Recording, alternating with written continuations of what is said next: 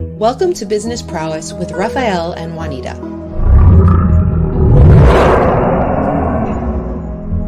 Our show will bring you the best insights, ideas, and inspiration from successful entrepreneurs and CEOs in the business world. We'll talk to experts and business leaders. Don't miss out on the opportunity to learn from the best and stay ahead of the game. Sifu Raphael is the founder of 5 unique shows. He's a fitness professional, solutions expert, executive coach, and head instructor at Max Martial Arts and Fitness in New York. Juanita Cap is a public speaker who was in the ministry for 15 years. She has extensive knowledge of various topics such as leadership and communication, and has emceed many executive and academic events. Juanita is the founder of 2 unique shows. Her life motto is never give up. Thank you so much for joining me. How are you, my friend? Otis, it is a pleasure, and I'm so happy you're here. Your mic is muted. You might want to unmute. And I look forward to our conversation, my friend. There we How's go. everything? Oh, it's going great. How are you? Exceptional. Getting better every day. So I want to thank you for your service, incredible service. Your accomplishments are beyond belief. Green Beret, everything else. You've led so many teams in so many areas in protecting our country and being frozen and being in a tank and being in, oh my gosh, I can't even begin to only imagine what you went through and the experiences you've had and how you truly understand that to succeed in life, you definitely need a strong team. Oh yeah. No doubt about it. And by the way, thank you. First off, it is a pleasure and an honor to serve our great nation. And the lessons I learned about working with people in close-knit groups in extreme environments. One of the things I always joke about that we learned is misery loves company. And when you're in that terrible situation, whether it's extreme cold, extreme heat, bad guys, bad food, you name it, whatever it is, you suffer through that together with people. You have this strange bond, and you hear this all the time. You can even go back World War I, World War II. There's some writings even from Civil War and the bonds that are formed with individuals that are in that situation together.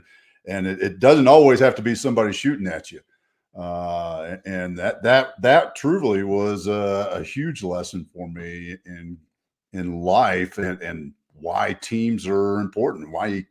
Although I've done some things on my own, both in the military and in business, but man, it's no fun. It's hard work. That whole solitude thing is great for a little while, but then it's like, it'd be really cool to be in a solitude sort of way with somebody else hanging out with me that I like. Yes. The thought that comes to my mind is you're in combat, you're exhausted. Someone else is going to be doing the watch, and they're giving you time to go to sleep, to take that necessary sleep. But there's this struggle, I'm sure, and you can tell us even more about it, but this is just me imagining it. There's a struggle with, do I really close my eyes and trust these people or this person to truly have my back, or am I going to wind up with being blown up or being shot at or close proximity?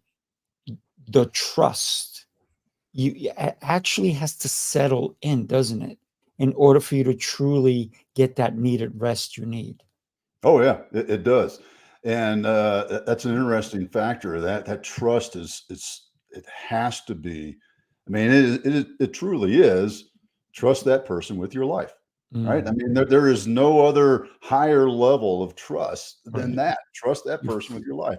And when you close your eyes and you're doing what we call 50% watch, Mm, and you're man on, man off sort of thing. And you got your 2 hours and he's got his 2 hours. You go through the night like that. Uh, yeah, you have to. mm, And you know that you're going to do it for him. And when you close your eyes, you believe he's going to do it for you. And you right. have to have that 100% trust because you're right. Even in that terrible situation, you can still get rest because you trust in your mate that much. Mm, yeah, yeah. Can you recall the first time you actually had to do that? To be there for someone else for 2 hours? And think about it, you guys slept like babies, if you will, right? 2 hours Oh, you're on, exhausted. 2 hours off. Yeah. I mean, really the first time that truly comes to mind is training, because when you're training, you don't want to screw things up. Mm, Uh, because sometimes and some of the training, the one that's flashed into my mind was all the way back to as a cadet at Texas A&M and going out on patrols in our little ranger unit back then, and you didn't want to let your mates down. I mean, nobody was shooting at us, right? right. And we weren't going to get thrown out of school, but it was that you didn't want to let others down, Mm, and you knew that if you weren't performing at your best, you were letting the people around you down. And that mm, performance was just as simple as, and it's not simple, staying awake. mm, That you got your 2 hours. Hey, Raphael, you're gonna sleep from. You got first sleep. You got 9 to 11, and I'll wake you up at 11. And guess what? So you slept for 2 hours, and now I'm waking you up at 11 o'clock. And you got to stay awake from 11 to 1. And you mm, wake me up, and I gotta stay awake from 1 to 3, which is the mm, absolute hardest time to stay mm, awake because I've done it many, many times in many situations where you get that. And man, that's tough. But yeah. you don't want to let your mates down. Mm, The people around you, the people that are counting on you, you can't let them down. I mean, 100% can't let them down. You just even in a training situation where it's not life and death, mm, that you still have that feeling of I can't let these people down. yeah, yeah. It's so interesting. I've never been in the military, but I can only imagine what you guys went through when, yes, nobody was shooting at you and you were in school, but in a real life situation where that maybe you're in a bunker Mm. and there's fire coming in, you guys are shooting back and whatnot, and you've been in some super dangerous situations. And I know you can't fully talk about it, but what was the emotions that you went through? The interesting thing is you don't feel the emotions. Mm, That's the power of training. right. When you train, and you know this from your training that you do, when you train and your mind and body understands, here's the options in this situation, here's the options, and you immediately react. You don't feel emotions. You go into reaction mode. It's the same thing. I Mhm, when I was coaching rugby, I used to teach the boys it's the power of three, right? You right. always got three options. Do I do this, or this? And I've got to have three people with me, Mhm, myself and two others, right? I mean, and I got to make three passes just to finish off our power of three for rugby. But it's that simple though, because it's all about training. The military is the same thing. We didn't we didn't go through and say, here's all the options. It's three things.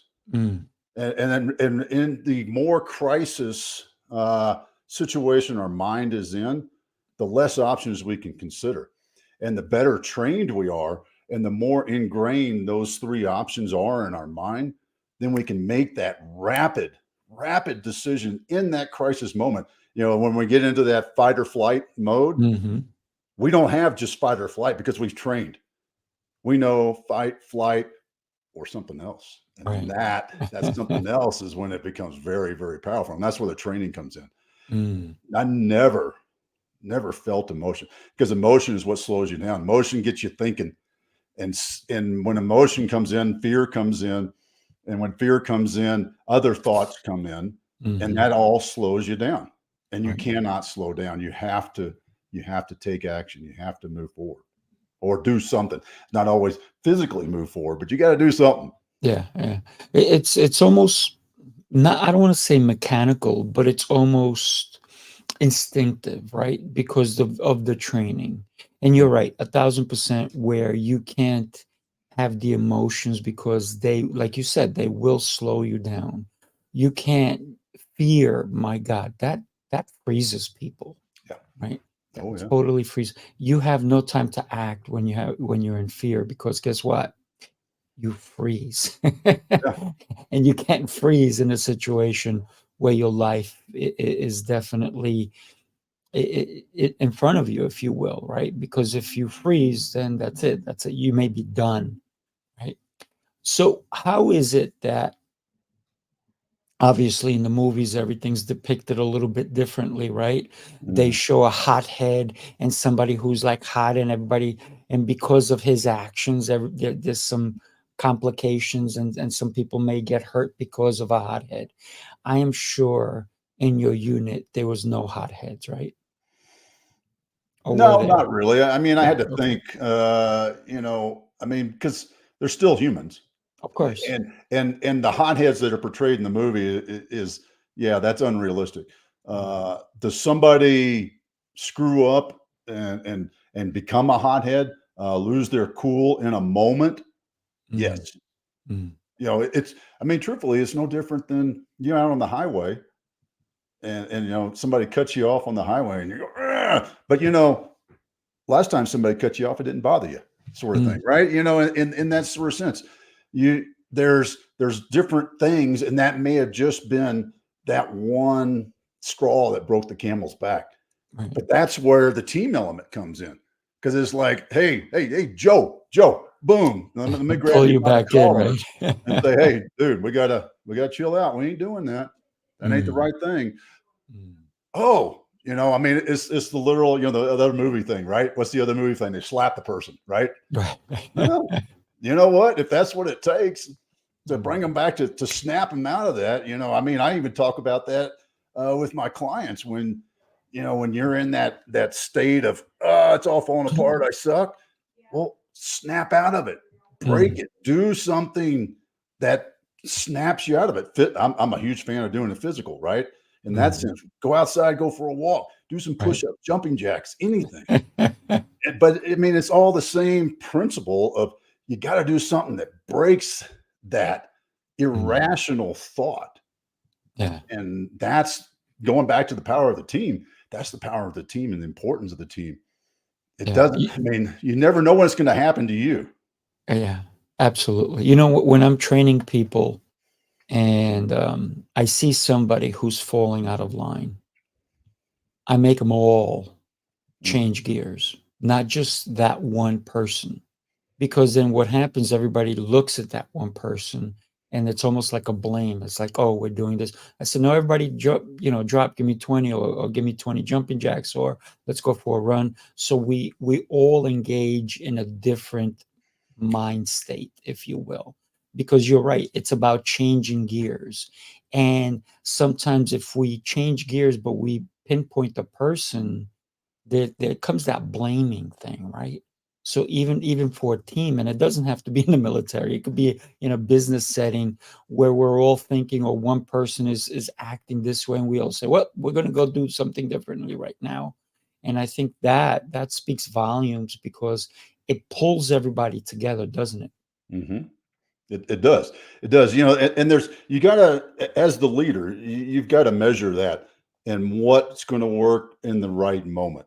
And that's Mhm. that's a bit of the skill set that I always talk about with leadership, because it is a skill. In this situation, group punishment or group change may work. There you go. In this situation, it's, hey, Joe, let's go outside and talk. Never do it in front of the team. Mm. That is the worst, most degrading thing that leaders can do, is degrade another person, a member of the team, in front of others. Doesn't even just have to be their team. Degrading somebody in front of others it's just freaking wrong. I mean, it's nasty. yeah, it is mean, it is vindictive, it is bullying, it is flat out wrong. And don't do it Mm, because it's not right, man. I mean, you're that's another human being yeah. and you're Yeah. treating them like crap. And as I'm talking this, I'm thinking Maslow's hierarchy of needs. And what is one of Maslow's hierarchy of needs? I want to feel like I'm a contributor to the Mm, organization. I want to see that I'm value added. And when you downgrade and address somebody in front of their team and tell them they're a piece of crap in front of their team, mm, that is the most terrible, insulting thing you can do because you're striking right at the heart. You might as well be ripping the roof off their house. I mm. mean, it's that bad. Yeah, but people, unfortunately, people still do it. And what they Mm, don't realize is that they're not attacking one person. They're attacking the whole team because the team members maybe go, uh-oh, am I next? yeah. Right? Oh, yeah. It's just So poison. productivity probably goes down a little bit because of the morale went down, right? So in order to keep the morale up, one of the things that I've always been taught and I do is you praise in public and you reprimand in private, Yes. right? Yeah. So Yeah. always praise a lot. And as leaders, I can tell you, that's one of the things that I always need to work on. Mm, And it's partly because of the organization that I grew up in. You know, everybody's a high performer, and anytime you mm, even tell somebody, "Hey, man, good job," and they turn back to you and go, "Just doing my job, man. Leave me alone. Go over there and do your job." yeah. It's like, "Oh, sorry, Sergeant Smith. Yeah. Just trying to tell you did a good job." He's like, "What the fuck?" So you kind of get in that sort of mode, but in reality, even though he played the tough, gruff guy, that comment I made to him, it still Mm. hit home. Oh He yeah. still said, "Oh, Mm, dang, the boss like that? Okay." mm. Whether he realized it consciously or subconsciously, it still made a point. And I think Oh, that's something that leaders need to do more of is interacting with their team and saying, "Hey, man, I appreciate that job you did today. Yeah, yeah. You turned that right-handed nut, 55 of them today in the mm, right direction. That's what we needed, man. That was part of the team. Great job." yeah. Right? Yeah. Absolutely. Ain't that You, hard? you know what? One of the things that I also tell when I'm working with people, I'll say, "Hey, listen, um, because we're going to be moving fast, I might not be patting you on the back all along, Mm, but I'm going to tell you the reason you're part of this team is because you are exceptional, because you have what it takes to be part of what we're doing. So I may not have time to pat you on the back, but I'm going to tell you right now, I know that your efforts and everything you're going to do today is what I need and what the team needs. And together we can get through this. And I believe that sometimes that small little speech is left out. yeah. And when it's left out, people don't know what to expect. Mm, They don't, but also by doing that little speech, they may be operating at this level, but that little speech will make them go, wait a minute. He told me I'm here. Wait, what? Wait.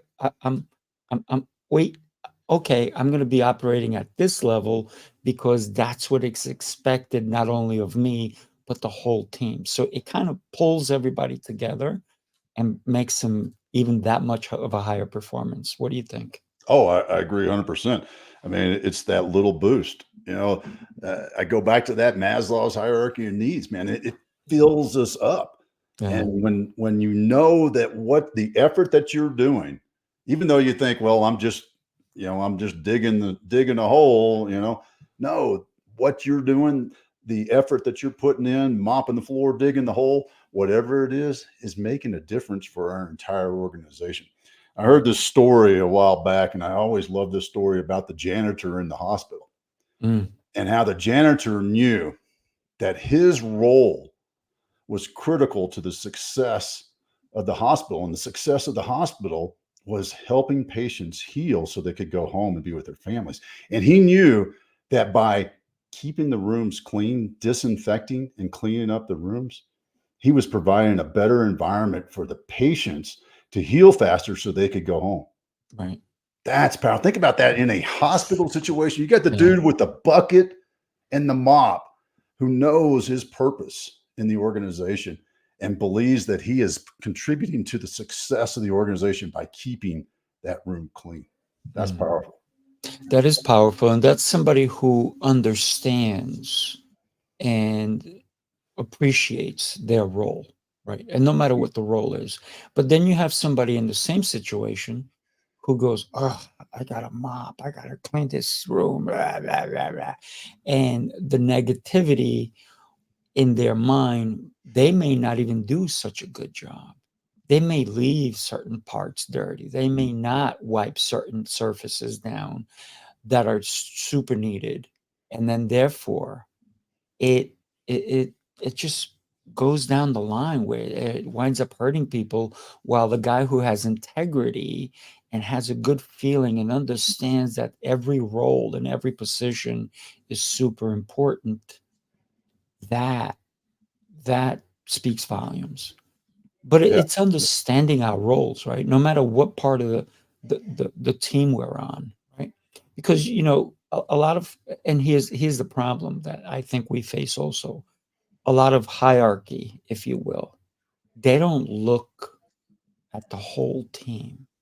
They only look at the high achievers. They don't look at the people that maybe they had to set up let's say it's a conference room. Maybe the people that set up the conference room, the people that brought in the food, the people that set the meeting up, the people that answered the phones, the people that got the people there, they don't give enough credit down the line. And some people feel, and that's why so many organizations have people who are like, I'm not appreciated, right? And why do we have Secretaries Day or Secretaries Week? Why is it once in a while that we celebrate them? When I have people that work for me, and it doesn't matter the level, they're appreciated every day. I don't have to have a special day to celebrate them, do I? No. I mean, and it goes back to that.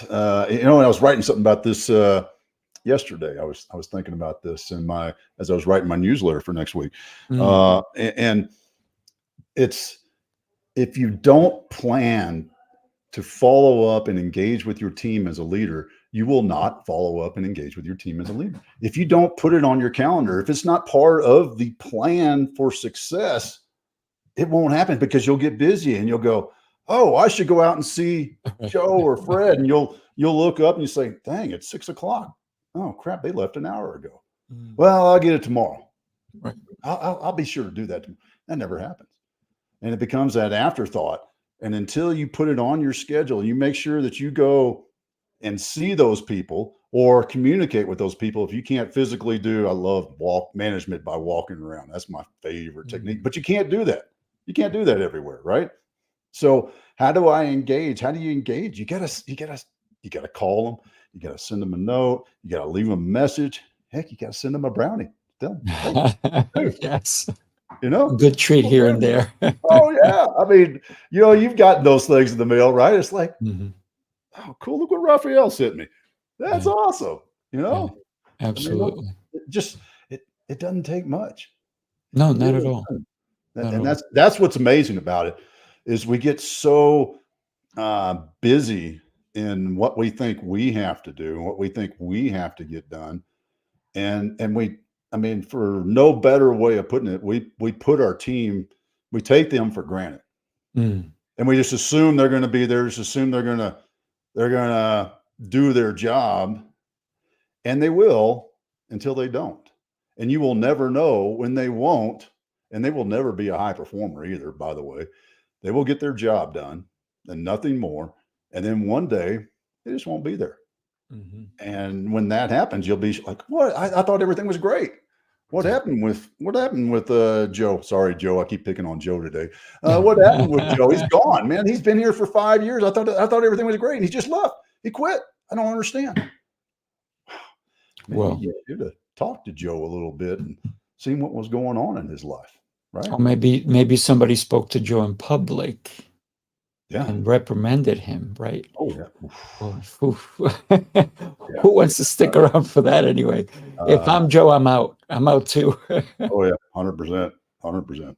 You talked about like giving a little something, even a handwritten note. It doesn't have to be a treat. It can be just I appreciate you. Just those words. I appreciate you, and leave it on their desk, Mm, or even email it to them. Right? If you're working not in the same space, right? And definitely sending something. My mentors send me stuff every so often, and I'm like, whoa, that was really cool. And every time it just makes me want to do something extra for them, right? mm, One of the things that I had a landlord many years ago, not the ones that I occupy a couple of spaces now. Not one of them has done the same thing that this other landlord did. And this is commercial spaces that I rent. And he always at Christmas time used to send me a big box of chocolates and all kinds of stuff. And I used to, I was like, that's incredible. That was really nice. And I always used to send them something back. But the whole thing is, I didn't say, oh, that's for me. I said, mm, because we're a unit, I put it out for my staff. I said, guys, this is what the landlord sends you. I didn't even say send it to me. I said send it to you, right? yeah. So that they understand that they're part of, even though I'm the one paying the rent, right? I'm the one paying the taxes and everything. As a commercial real estate, the tenant pays the taxes. It's a great gig to have, right? And I've been a landlord as well for commercial space, and it's great when the tenant is the one paying the taxes, but Yeah. do appreciate that, because guess what? They may be your tenant, but they're part of your team, Yeah. right? Oh yeah. So it's about, do you want a good tenant, Hmm. or do you just want a tenant that just all you have to say is pay up, pay up, pay up, pay up, pay up, or once in a while say, hey, here you go, thank you, right? Yeah. And appreciate everybody. And a lot of times we think that our customers are not part of our team, because guess what? They're the ones paying us. But what I do is I do appreciation times, and sometimes I'll do things absolutely free. I'll pay for everything, and I'll just invite my customers, and they're like, "Well, this is nice. What do you want?" I'm like, "I want you to have a good time. I want to share an experience with you guys, and I want you to." Plus, I don't just set it up and not attend it. I'm there. I'm Mm. part of it. I am the host. I'm making sure they're served, they're this or that, because I believe in having a strong team is about how you present yourself, not only to your immediate team, but those who you serve. Yeah. Oh, yeah. Yeah. Yeah. I agree. You got to look at the whole group because, Mhm. this goes back to being a great leader. It's being gracious to everybody. Mm. I mean, it's the wave at the guy that lets you in on the highway sort of thing, right? Even that. I mean, and your clients and yeah, they're getting something out of it, but hey, how about a little extra thank you? A little, whether it's a note or a basket or whatever, just saying, hey man, thanks. This is I really enjoy you. I Mm. appreciate you, not the money. Right, Money is secondary, but I appreciate you. right. That's huge, and I That think, does speak volumes, yeah. yeah, yeah, and that's what it really boils down to. Is I appreciate you as a person, just like we were talking about, like members in our business, in our organization, not just in the greater team, but people on our payroll. I appreciate you as a person being here because they Mm. could be somewhere else. Yeah, And yeah. and they could be present, physically present, and be somewhere else. Oh, by the way, don't forget about that, right? And don't we want them to be physically and mentally present with us so that they perform at their best. So by appreciating that they are here for that, to work on your team to help everybody have more success, man, that's what we need to do. Yeah, that definitely it talks about the present. When you talk about it, it makes me think about, are they focused on the next things at home, the weekend, what's happening, or could they be present? And how do we make it better for them? It's the way we treat them, right? It's the way we treat them when they're working for us. It's the little things that we do for them. Do we provide free coffee, snacks, and so forth? When somebody works for me, I say, hey, by the way, here's where you can have snacks anytime you want. Here's cabinets. You have all this. There's coffee. There's water here. You never have to pay for anything. This is yours anytime that you're here, right? Mm-hmm. So that comfort feeling, right? And I learned that many, many years ago. I used to work for an architectural firm. I used to do all the drawings and stuff. And the owners, I mean, they were number 10 out of all the interior design firms in the country. They were number 10 in the country. And what wound up happening is, if they took you in as a client and you asked how much, they would say, thank you, have a good day, and they would not work with you, because money for them it was all about the design. It was all about the outcome, the end result. And so our projects were never less than $2-3 million. That was for an apartment in the city in Manhattan. Wow. Yes. Okay, that's a whole different level of Yeah. redesign in my book, I can tell Yeah. you. So think about a duplex, a penthouse, and the minimum budget. If you blinked at $3 million, then they didn't work with you. And so they treated those customers like gold, because when they came to the office to have a meeting, they would have a chef there. We had a kitchen in our office, and it was it was a big kitchen. And when we had a client, everybody, the table, everything was gorgeous because we were showcasing, right? Mm. But the clients would come in, either it was a breakfast or a lunch or even some dinner sometimes, because they didn't want to have this type of meeting in a restaurant. Mm. They would come in, but the chef would never just cook for them. He would cook for the whole office. So we loved it when Oh, yeah. when the clients were coming, because it's like, yeah, we're having some great food after the client left, of course. Yeah. But it was that deal that anytime, even if we didn't have clients coming in, we had a chef on staff Monday through Friday. And if he felt like making something, he would just make it, bring it out, and just let everybody, hey, I put some stuff out for you guys. And it was that type of treatment that we know, yes, he worked for our bosses, but it was our bosses who gave that freedom to Mm. treat us. So I carried that along with me. And so, and anytime I said, I want my employees to feel that same way. So if anytime, if I'm gonna go get something, I'm go, hey, would you like some? And they're like, oh, let me pay. No, you're not paying for anything, right? And it's how do we make them feel like this is their second home, because they are spending a lot of time with us, right? Yeah. Oh, yeah. Even if it's only 40 hours a week, that's still, I'm not going to do public math for you here. But that's still a lot of time. I mean, it's 5 out of 7 days. There's my math for the day. Yeah. 5 out of 7 days. That's still a lot of time. And you take out how many hours of sleep, blah, blah, blah, all that sort of stuff. Yeah.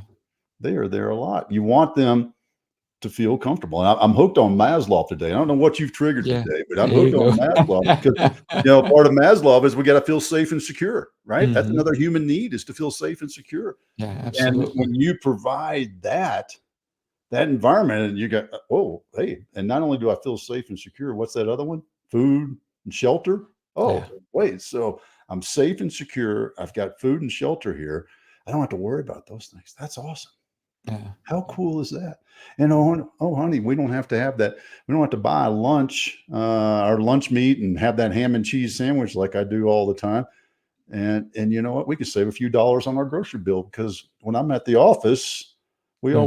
we always have lunch, and it's always this great lunch. And Yeah.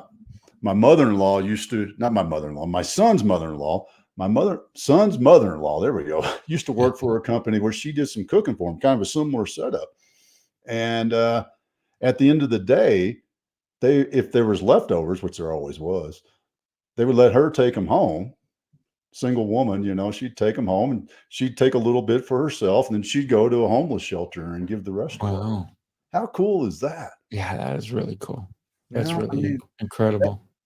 so not only did she feel safe and secure in that environment, and by the way, she loved that job. It's too bad it closed down. Mhm. But she felt safe and secure in that environment. But she also got to feel good about herself, because she would give it away. Also, she had the Mhm. opportunity to give more too. So that's pretty cool setup. You know, Otis, I've been looking at your hat this whole time, and Dirty one. I That's my dirty hat. I grabbed the wrong one this morning. no, but the tribe purpose, Yeah. that, wow. When you think about, if we go back, you know, hundreds of years back, and people were in tribes, and it was survival based on every aspect of everyone, from who got the water, who planted the seeds, who went and did the hunting, who did the cooking, who did the, you know, the descaling, if you will, who cleaned, who, it was all that community. So tribe to me is community, right? Hmm. And tribe also talks about team, because if you can consider your team as a tribe, and what is the purpose of that? So that's why I love your hat. Oh, thank you. Thank you. Well, and that's why we named the business Tribe and Purpose, Yeah. because you can't have a tribe without a purpose, right? Hmm. So, and you can't fulfill a purpose without a tribe, because you cannot do it by yourself. Right. And so when you start to think about, well, who's my tribe? We've touched on a tons of different elements already about tribe, and you did a great summary of it. And I'll just add to another two key elements, I believe, Sure. are you have to have value alignment. So everybody in that tribe, their values don't have to be the same, but they have to align. And that's a little bit of a difference in my book. You and I don't have to have the exact same values, but when I hear what your values are and see how you lead and act, and I go, okay, that's not exactly the same, but that's pretty darn close. And I like that, and I appreciate that, and respect that. Right. So that's part one. Part two is the members of the tribe have to get more out of others in the tribe succeeding than they do themselves. They have to believe that they are a member of the tribe to help other members of the tribe succeed, not to show up and say, all right, where's my T-bone? Where's my corn on the cob, Mm. harvesters? It's, hey, what can I bring to the table to help you, Mr. Hunter? Can I help sharpen the arrows? Can I help sharpen the spears? Can I do a little bit of cooking? Can I help with plowing the field? All those sort of things, because I need to be a contributor to the tribe in order for the tribe to be successful. And then when somebody else wins in the tribe, I need to get as much out of that as they do. I need to be celebrating this, like, man, this is freaking awesome. And we had this Mm. discussion the other night with my veteran mastermind. It's you got to get excited when one of them on that team in my veteran mastermind gets a big contract or has a Mm. big win. man, we all celebrate because it's like, hey, we were all part of that tribe, helping them do that. And that's the way you have to feel, even though it didn't put money in our bank. But Mm-mm. that's not what we're doing it for. No. We're doing it for the human success of people that we value, the members of our tribe. That's where the power comes. Well, not only power, I think you're enriching your own life. Oh, yeah. Yeah. Huge, Well, right? you know, I love this Tony Robbins quote, living is giving. I mean, Hmm. if you're not giving it away, I also like to say it, another derivative of that. You know, if I'm not sharing my experiences with others so they can have greater success and not make the same mistakes that I made, then I'm being a selfish SOB. You Right. know, that's kind of my soldier thought of that. And if I'm not giving and helping others, what good am I here? Mm. Mm. I mean, Yeah. to put it flat out, cut through all the chase, why am I here if I'm not helping others? Yeah. You know, I am probably one of the luckiest people I know, because of my actions, right? Actually, it's not luck, it's my actions, but I'm going to tell you why I say that. I have the opportunity to train little guys, right? From 3.5 and up. And one of the things that I'm always noticing is that we we have emotions of wanting to win, and sometimes we become sore losers because of it. And so when someone else wins, like you said, we don't cheer them on. So one of the things is in my kung fu classes, I give the kids a stripe. And when I give them a stripe, we I say, okay, everybody give them a hand, and everybody claps. And if I see a kid not clapping because they are upset they didn't get a stripe, because you need 8 stripes to go to the next belt. So everybody's always looking to get a stripe. So if I notice that they're not clapping, I'll go over to them while everybody's still clapping. I'll go, do you want them to clap when you get a stripe? And they're like, yes. I said, so you should clap for them now. All right, everybody, let's clap a little bit more. Yay. And then, so what happens is when they get a stripe, and if I recall who it was, I'm like, guys, let's give them a bigger clap than ever. And now they understand. Oh, now I get it. Now I understand why I need to clap for other people, because of that feeling that I have. And it's a genuine feeling that we feel when someone applauds us, when somebody raises us up. We have, we're a little bit overwhelmed with like, wow, they believe in me. Mm, They have my back. yeah. And I think that that's missing a lot in the older kids, right? When we get into competition, when we get into teams, when we get into things. And what happens is, because of competition, we're always trying to beat the other person and do better than them, because it is competition and we get that. But then we get into the business environment and we still think that we need to beat, even though they're in our same team, I need to get to that position. So I need to do whatever I can to push them down. And Yeah. I think that's where we forget. And that's why it's important that I make sure that the little guys understand to be happy for someone else. And I had a kid who was a total sore loser, but he was really good at winning. I mean, really good. And every so often, I would see when he lost, he was such a sore loser Mm. that I said, okay, his dad was like, oh, I'm sorry. He's such a loser. I said, don't worry, we got him. So I would let him win. And then the next two, I'd make sure he lose, just to help him out. Yeah. And then it took probably a year and a half, Oh, that wow. long, that long, Wow. until he actually started to celebrate other people winning. Because anytime he won, I made sure he was celebrated, right? So it's the little things that we can do as leaders, as coaches, Mm. as the team leader, to help everybody in the team understand, hey,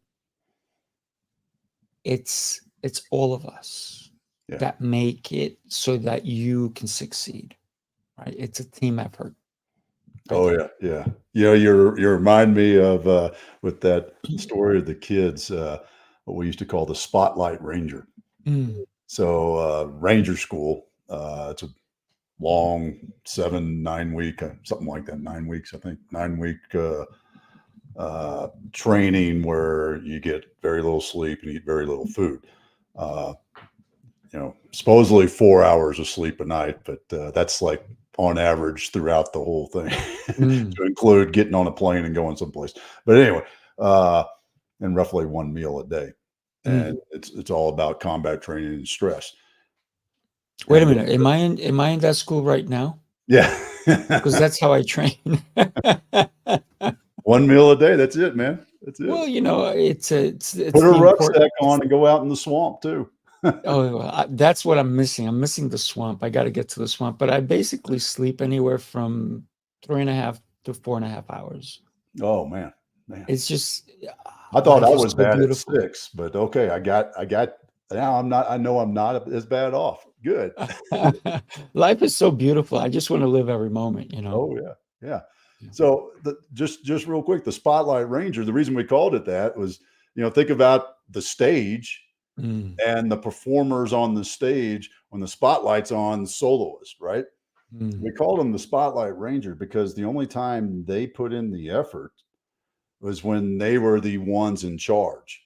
We're mm, talking about in a training environment where the leadership roles would rotate every, day or something like that over this 9 week period. So everybody got graded as leaders.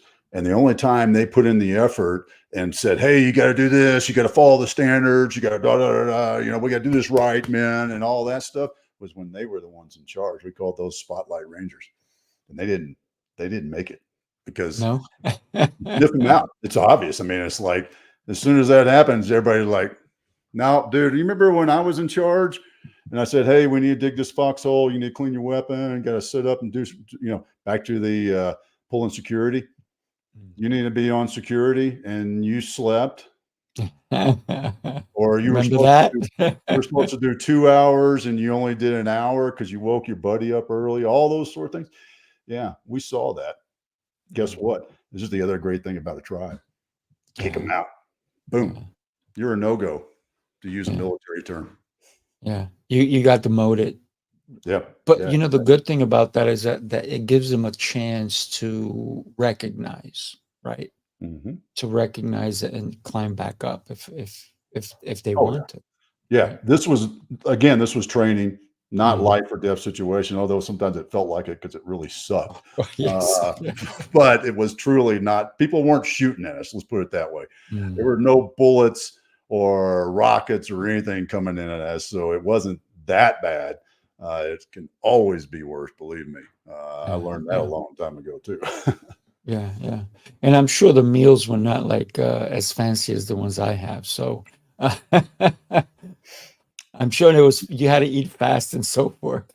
No, And yeah, I'm you sure had, the swamps were not fun with all the bugs and so forth, and the heavy equipment you guys had to carry. I'm sure it was grueling. yeah, Um, yeah. I'll give you a little sample of the mountain phase. You want to come out and visit me sometime. All right. ooh, I think we're gonna have some fun. I think All so. right. All right, that's a challenge. I'm in. I'm in for sure. I got to tell you, Otis, this has been a lot of fun. I need you on all my other shows as well.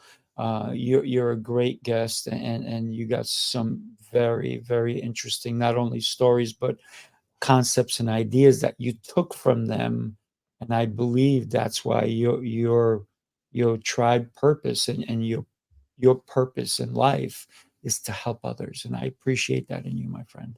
Oh, well, thank you so much for having me here. And yeah, I'll definitely join you on some other shows, and we'll have to pull out the calendar and talk about a mountain trip for you. All right.